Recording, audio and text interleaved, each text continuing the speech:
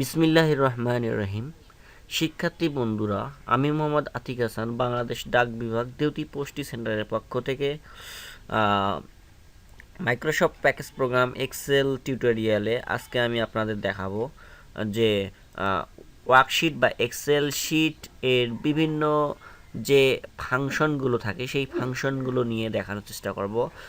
আমাদের অবশ্যই এই ফাংশনগুলো সম্পর্কে জানা থাকা দরকার, কারণ আমরা যখন আমাদের হিসাব নিকাশ কিংবা কোনো রকমের লেনদেন সংক্রান্ত হিসাব করতে যাব, তো সেই ক্ষেত্রে আমাদের এই ফাংশনগুলো জানা থাকা অবশ্যই প্রয়োজন। আর সেগুলো জানা থাকলে আমরা সহজেই সেগুলো ইউজ করে সমস্যার সমাধান করতে পারবো। তো আমি আজকে আপনাদের দেখাতে চাচ্ছি যে সেই ফাংশনগুলো কোন কোন মেনুর আন্ডারে কোথায় কোথায় থাকে। তো আমি শুরু থেকেই সব ফিচার্সগুলো নিয়ে দেখানোর চেষ্টা করছি আপনাদের। হোম মেনুর আন্ডারে এখানে অনেক কিছুই থাকে, যেমন হোম মেনুতে থাকছে আপনার কপি, কাট, পেস্ট, ফন্টের সাইজ অর্থাৎ অ্যালাইনমেন্ট সহ বিভিন্ন অপশনস।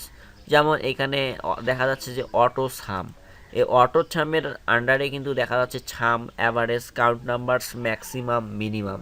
অর্থাৎ আপনি যখন কোনো বিষয়ের যোগ করতে যাবেন অর্থাৎ সমষ্টি বের করতে যাবেন, তাহলে আপনি অটো ছাম থেকে সাম নামের এই ফাংশনটি ইউজ করতে পারেন।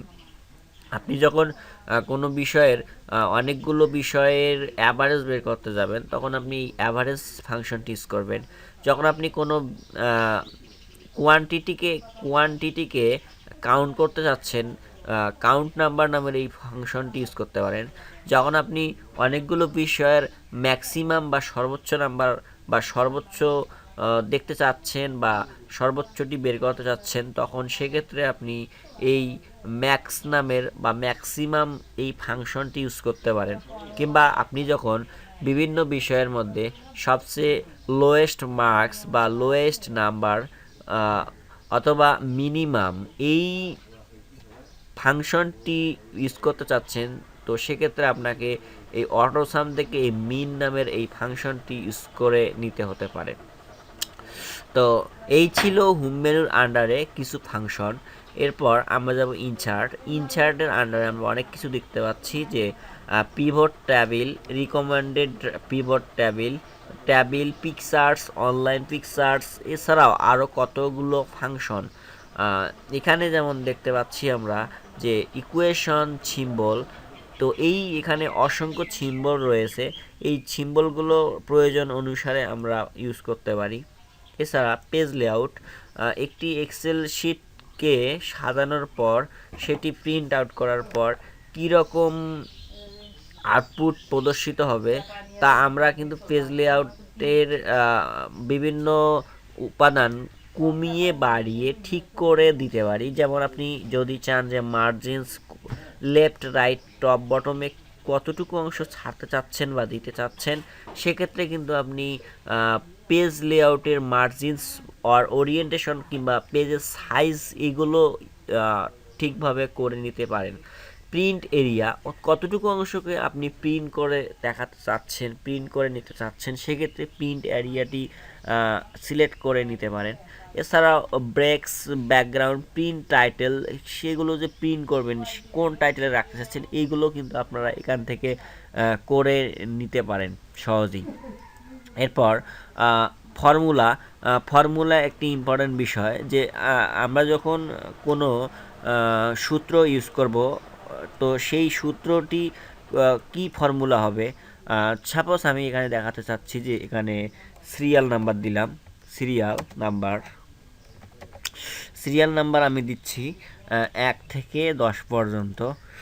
সুতরাং আমি কিন্তু ওয়ানকে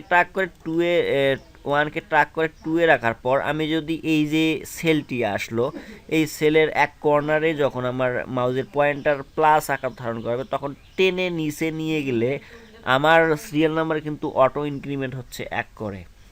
এরপর এই জায়গায় যদি আমি বিভিন্ন সাবজেক্ট বা বিভিন্ন বিষয় তুলে ধরে দিই, সাবজেক্ট 1, সাবজেক্ট 2, এইভাবে আমি অনেকগুলো সাবজেক্ট এখানে ইনপুট করতে পারি।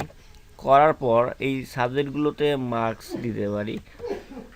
তো সাপোজ আমি এখানে 56, এরপর আমি দিলাম 58, অর্থাৎ প্রতিটা কলামের 2 করে ইনক্রিমেন্ট হয়েছে। এরপর যদি এটি প্লাস চিহ্ন আসার পর মাউস পয়েন্টারটিকে ট্র্যাক করে নিচের দিকে টেনে নিয়ে যাওয়া হয়, তাহলে কিন্তু আমরা দেখতে পাচ্ছি যে প্রতি ক্ষেত্রে 2 করে ইনক্রিমেন্ট হয়েছে। তো এভাবে আমরা অন্যান্য সাবজেক্টটিতেও কিন্তু মার্কস বসাই দিতে পারি।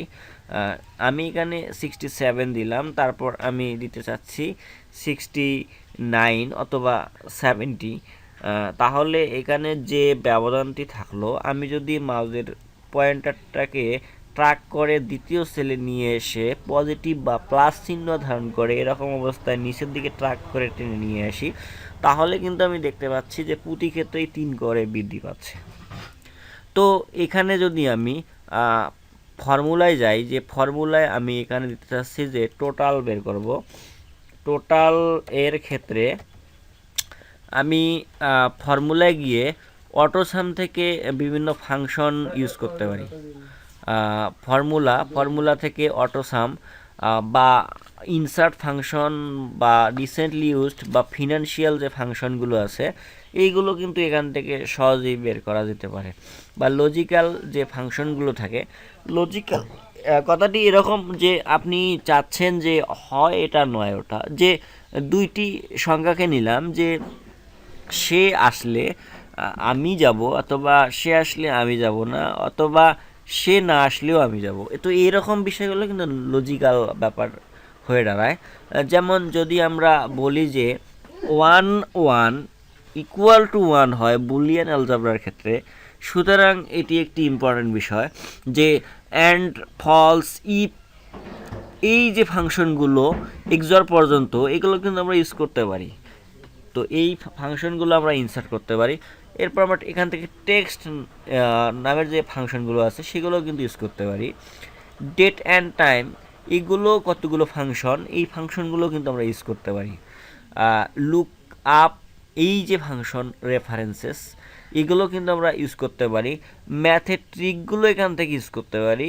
মোর ফাংশন, অর্থাৎ যদি আমাদের এরকম হয় যে স্ট্যাটিক্যাল function, engineering function, cube function, information, compatibility or web, এই ফাংশনগুলো কিন্তু আমরা এখান থেকে ইউজ করতে পারি।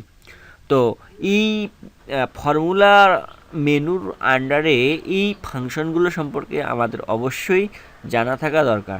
তাহলে কিন্তু আমরা সহজেই আমাদের প্রয়োজনীয় মুহূর্তগুলোতে আমরা এই ফাংশন বা ফর্মুলাগুলো ইউজ করে যে কোনো সমস্যার সমাধান করে দিতে পারি। তো এই ছিল ফর্মুলা ফাংশন। এরপর আমরা ডেটা মেনুতে গেলে আমরা দেখতে পাচ্ছি যে এখানে অনেকগুলো অপশন বা ফাংশন রয়েছে। এরপর আমরা যদি রিভিউয়ে যাই, সেখানেও আমরা দেখতে পাচ্ছি যে অনেকগুলো ফাংশন। ভিউ, এখানে অনেকগুলো ফাংশন। তো আমি আপনাদের সবগুলো ফাংশনেই পৃথক করে দেখানোর চেষ্টা করব এবং প্রতিটি সমস্যা নিয়ে সমাধান করে দেখিয়ে আপনাদের দেখানোর চেষ্টা করব। তো আজ আর টিউটোরিয়াল দীর্ঘায়িত করতেছি না। যদি আপনারা এইগুলো করতে গিয়ে কোনো সমস্যায় পড়ে যান, তাহলে অবশ্যই আমাকে জানানোর চেষ্টা করবেন। আমি সেই সমস্যাগুলো সমাধান করে দেওয়ার চেষ্টা করব। আবারও আপনাদের সুস্বাস্থ্য ও মঙ্গল কামনা করে আজ এখানেই শেষ করছি। আল্লাহ হাফেজ।